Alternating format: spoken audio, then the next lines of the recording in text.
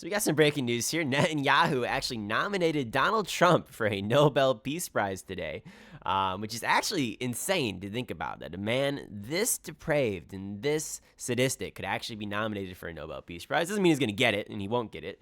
But what it is to say is that we live in a very, very crazy world. And so I figured today we'll take some time and just talk about some of the places that Donald Trump has bombed as president to really show you guys that the anti-war president that you talk about, the no new wars guy, he's actually a huge warmonger. And anybody who thinks otherwise, well, they just don't know how to do research. And so with that said here, what countries has Donald Trump bombed as president? Well, throughout his first and second term, he's managed to bomb Afghanistan, Iraq, Libya, Pakistan, Somalia, Syria, Yemen, and Iran. And then that's just the places that the United States has actively bombed. There's other places the United States has armed or escalated conflicts, as well as in other areas. So you could look at in Niger, for example, or the Sahel region, which actually there's some allegations made that the United States actually has bombed those regions to some degree.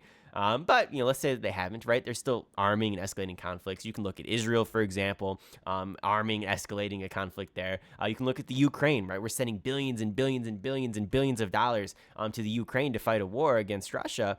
Meanwhile, he's made almost no efforts to actually, hamper down that war and get a ceasefire going and actually come to an agreement whereby, look, you're going to have to say, look, if you want to get our funding, you're going to have to cede some territory, bro. Like, this is the way it is, because that's really the only way out, probably. And you have to be willing to say that. I understand it's an unfortunate situation, but you have to be willing to say that. So, he's doing conflicts there, and, the people in the United States are like, please, Mr. Trump, please, can we get health care? Please, can we get some housing or food, right? We can't get none of that here. You ask for $10 billion in the United States, they look at you like you're some radical communist, right, during the Red Scare. It's absolutely insane, right? They think that you're like, Gorbachev or something, right? It's like, dude, bro, what the fuck are we talking about? What are we talking about, right? It's like you're sending billions of dollars to this. To a country, which arguably, if that would be the side that we should be on. But nonetheless, we can't even get stuff here, right? And so he's escalating conflicts, whether or not you want to think that. That's what he's doing.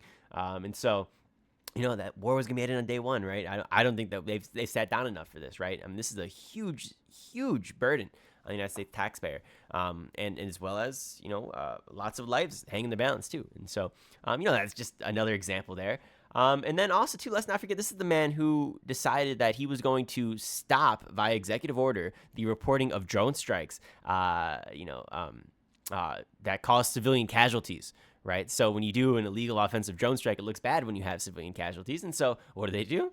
Shit, let's just stop the reporting. Oh my God, this is insane, right? So to nominate this guy for Nobel Peace Prize, I think is just absolutely wild. Let alone the fact that, the country's, never probably been more on edge. It's never been more hostile in the last, let's say 20, 30 years, maybe about 40 years even, since this dude has got into office here. The country is very, very divided right now. Obviously not as divided as, say, like the Civil War, for instance, right? But, we're very, very divided. There's no peace there. And as well as like all the other domestic policies and affairs, right? I don't know what's peaceful about raising prices through artificial, de facto taxes, which are tariffs. I don't know what's so peaceful about, that, right? I don't know what's peaceful about a very unstable economy now. He's going to go ahead and blame Powell and say, well, Powell's an idiot about this and that, right? Powell should lower rates. And yeah, Powell probably should lower rates, you know what I'm saying? But at the end of the day, man, it's like this is the dude who's causing a lot of chaos and turmoil in our country and abroad, and we need to hold him accountable.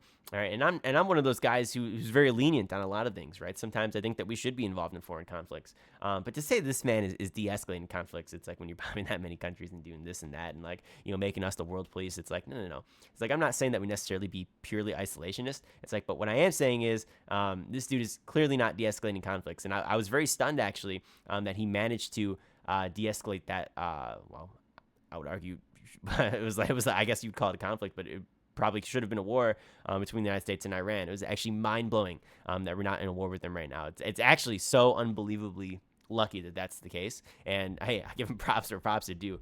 Shout out to that, right? give full marks there. It's like, but dude, I mean, he continues these crazy actions. I mean, we're lucky we didn't get into a war the first time when he illegally bombed that general, right? And so, he does this again with nuclear facilities. That's cause for war. People are going to be upset at that, right? And the fact that we didn't get into one is a miracle. And so, like there's obviously, a case to be made that he's done some good things, right? But most of the time it's just bad across the board.